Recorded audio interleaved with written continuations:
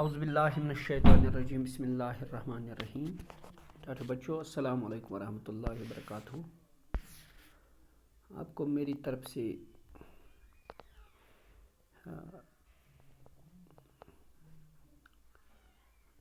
بہت ہی مبارکباد ہو. میں Muhammad Ramzan Pandey, teacher, government central school یمنر پائن، آپ کے سامنے 12th کا جو اردو ہے اس کو پڑھنے جا رہا ہوں. آج چونکہ آپ کے پرنسپل کے فرمان کی وجہ سے، اس کے حکم کی وجہ سے انہوں نے کہا ہے کہ آپ ہمارے ہائر سیکنڈری میں 12th کے لیے ایک کلاس دیا کریں، تو اس کے حکم کی تعمیل میں آپ کے سامنے آن ہیومنٹیرین گراؤنڈس کلاس دے رہا ہوں، کیونکہ ہمیں اپنی بھی ڈیوٹی ہے. تو اس لحاظ سے ایک کلاس 12th کے لیے میں آپ کو دے رہا ہوں. مجھے امید ہے کہ آپ اس اردو کے کلاس میں بہت ہی جان فشانی سے اور شوق سے، ولولے سے اپنی تعلیم جاری رکھو گے اور اس کی طرف نہایت ہی توجہ سے یہ کلاس سنا کرو گے. چونکہ آج میں آپ کو یہ پہلا کلاس دے رہا ہوں اردو میں.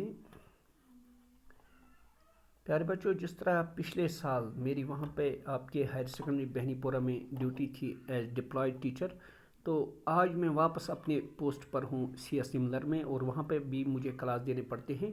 تو یہ ایڈیشنل میں یہ آپ کو کلاس دے رہا ہوں آپ کے پرنسپل کے حکم کی تعمیل میں. تو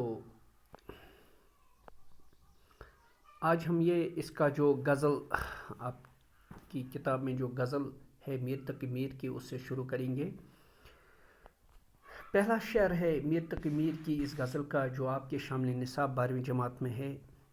وہ ہے پہلی غزل کا پہلا شعر، جس کو مطلع بھی کہتے ہیں. آپ کو پتہ ہونا چاہیے غزل کے ہر پہلے شعر کو مطلع کہتے ہیں، اور غزل کے آخری شعر کو مقطع کہا جاتا ہے. یعنی غزل کا آخری شعر مقطع کہلاتا ہے. مقطع کا معنی ہے کاٹنا، یعنی جس سے شاعر اپنی اس غزل کو ختم کرتا ہے، پورا کرتا ہے، تو اس میں شاعر اپنا تخلص لے آتا ہے. اور جہاں سے غزل شروع ہوتی ہے اس کو کہتے ہیں مطلع. مطلع کا معنی طلوع ہونے کی جگہ. جس طرح سورج طلوع ہوتا ہے، صبح مشرق سے طلوع ہوتا ہے اور شام کو غروب ہوتا ہے، تو جہاں سے سورج اپنی روشنیاں بکھیرتا ہے تو اس کو مطلع کہتے ہیں. تو غزل جس شعر سے شروع ہوتی ہے اس کو بھی مطلع کہتے ہیں، جہاں سے غزل شروع ہوتی ہے. غزل جو ہے اردو میں غزل یہ فارسی سے آئی ہے. اس میں بڑی وسعت ہے، بڑی جامعیت ہے. تو اس میں آج ہر ایک کلام اس میں کیا جاتا ہے، جس لحاظ سے اس میں حسن عشق کی باتیں بھی ہوتی ہیں، پیار محبت کی باتیں بھی ہوتی ہیں، اور سیاسی، سماجی، معاشی، اخلاقی ہر لحاظ کے مسائل اس میں درج کیے جاتے ہیں. ہر لحاظ کے مسائل پر اس پر بات ہوتی ہے، سیاسی بھی، معاشی بھی، اخلاقی بھی، اور ہر لحاظ کے باتیں اس میں ذکر کی جاتی ہیں. پہلا شعر ہے جس کو ہم مطلع کہیں گے. جس سر کو غرور آج ہے یا تاجوری کا، کل اس پہ یہی شور ہے پھر نوحہ گری کا. ایک بات یاد رکھنی چاہیے، غزل کو یا تو ترنم سے پڑھنا چاہیے، جو بھی شاعری ہوگی اس کو یا ترنم سے پڑھنا چاہیے یا تحت اللفظ پڑھنا چاہیے. ترنم کا معنی ہے میٹھی آواز میں، میٹھی آواز میں، پیاری آواز میں، بہت ہی جس طرح سریلی اور گانے والی آواز میں اس کو پڑھنا چاہیے. اگر ویسی آواز نہ ہو تو پھر بھی تحت لفظ پڑھنا چاہیے. تحت لفظ کا یہ طریقہ ہے، مثلا میں 2 شعر پڑھ رہا ہوں ترنم میں. جس سر کو غرور آج ہے یا تاجوری کا، کل اس پہ یہی شور ہے پھر نوحہ گری کا.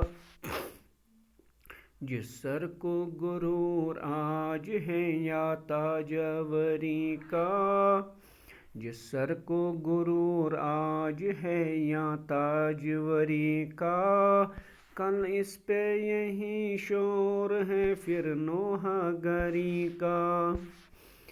آفاق کی منزل سے گیا کون سلامت، اسباب لٹا راہ میں یا ہر سفری کا۔ زندہ میں بھی شورش نہ گئی اپنے جنوں کی، اب سنگ مداوا ہے اس آشفتہ سری کا۔ ہر زخم جگر داور معاشر سے ہمارا، انصاف طلب ہے تیری بیداد گری کا۔ اپنی تو جہاں آنکھ لڑی پھر وہی دیکھو، آئینے کو لپکا ہے پریشان نظری کا۔ تو یہ ہے ترنم میں، اور اگر ہم تحت لفظ پڑھیں گے تو تحت لفظ کا یہ طریقہ ہے: جس سر کو غرور آج ہے یا تاجوری کا، کل اس پہ یہی شور ہے پھر نوحہ گری کا۔ آفاق کی منزل سے گیا کون سلامت، اسباب لٹا راہ میں یا ہر سفری کا۔ تو پہلا شعر ہے جس سر کو غرور آج ہے یا تاجوری کا، یعنی شاعر کہتا ہے، میر تقی میر کہہ رہے ہیں، جس سر کا معنی انسان، جس انسان کو یہاں سر کو کہتے ہیں تو ہر ایک جس سر کو غرور آج ہے یا تاجوری کا، یعنی جس انسان کو یہاں پہ آج تکبر ہے، گھمنڈ ہے، بڑائی ہے اپنی بادشاہی کا۔ تاجوری کا معنی ہے بادشاہی، غرور کا معنی ہے تکبر، یعنی جس انسان کو آج اس دنیا میں اپنی بڑائی کا گھمنڈ ہے، اپنی دولت مندی کا گھمنڈ ہے، اپنی بادشاہی کا گھمنڈ ہے، تو کل اس پہ یہی شور ہے پھر نوحہ گری کا۔ ایک وقت آئے گا جب یہ آدمی اس دنیا سے مر جائے گا، پھر اس کے گھر میں ماتم ہوگا، نوحہ ہوگا، رونے دھونے کی آواز ہوگی۔ یعنی جس طرح اگر کسی کے گھر میں موت آتی ہے، کسی آدمی کو موت آتی ہے، کسی گھر کا کوئی فرد مر جاتا ہے، تو وہاں پہ اس کے گھر والے روتے ہیں، غم و اندوہ کی کیفیت وہاں پہ ہوتی ہے، رونے دھونے کی کیفیت ہوتی ہے، شور ہوتا ہے، ماتم ہوتا ہے۔ یعنی شاعر کہہ رہا ہے جو آدمی یہاں پہ اپنے آپ کو بڑا سمجھتا ہے، اس میں بادشاہی ہے، وہ بادشاہ ہے، وہ بڑا ہے، وہ دولت مند ہے، وہ گھمنڈ میں مبتلا ہے، ایک وقت آئے گا جب اس کی موت آ جائے گی، پھر اس کے گھر میں نوحہ گری ہوگی، ماتم ہوگا، رونے دھونے کی آواز ہوگی۔ پھر دوسرا شعر ہے: آفاق کی منزل سے گیا کون سلامت، اسباب لٹا راہ میں یا ہر سفری کا۔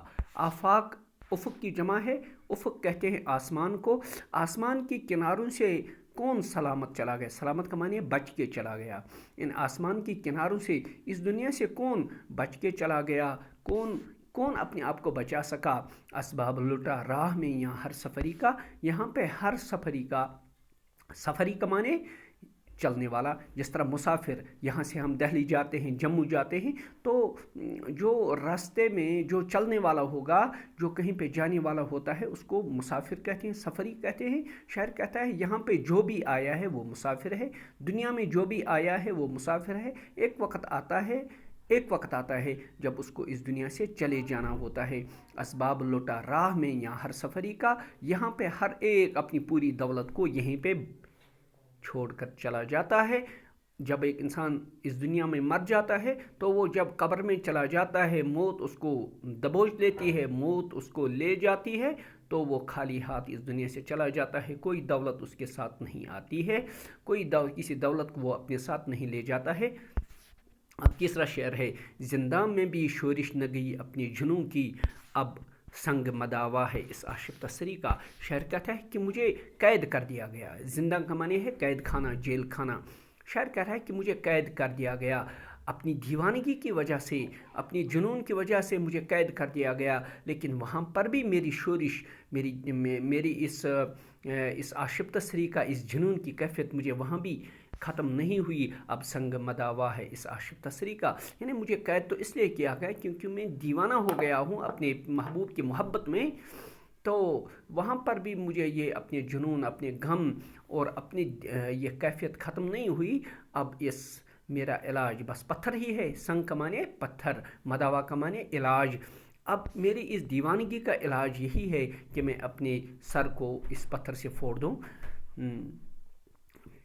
پیارے بچوں، آج میں نے آپ کو یہ ابتدائیہ دیا، یعنی آپ کا تعارف، آپ سے اپنا تعارف کرایا. تو اس لاک ڈاؤن کی صورت میں آپ آن لائن جو آپ کو کلاسز دیے جاتے ہیں، اپنے اساتذہ آپ کو کلاسز دیتے ہیں، ان سے بھرپور فائدہ اٹھائیے اور امتحان کی تیاری کیجیے اور احتیاط رکھیے. یہ جو بیماری، خطرناک بیماری ہے کووڈ-19، یہ بہت ہی موذی بیماری ہے. محتاط رہیے، ماسک لگا کر رہیے، احتیاط رکھیے اور سوشل ڈسٹینسنگ کا جو اصول ہے اس کو اپنائیے. دور رہیے جہاں پہ لوگوں کا جمگٹا ہو، جہاں پہ لوگوں کی بھیڑ ہو، وہاں پہ نہ جائیے، بلکہ احتیاط رکھیے، اپنے گھر میں رہا کیجیے، بیماری سے محفوظ رہیے اور اپنی پڑھائی کی طرف دھیان دیجیے. اللہ آپ کو سلامت رکھے. خدا حافظ.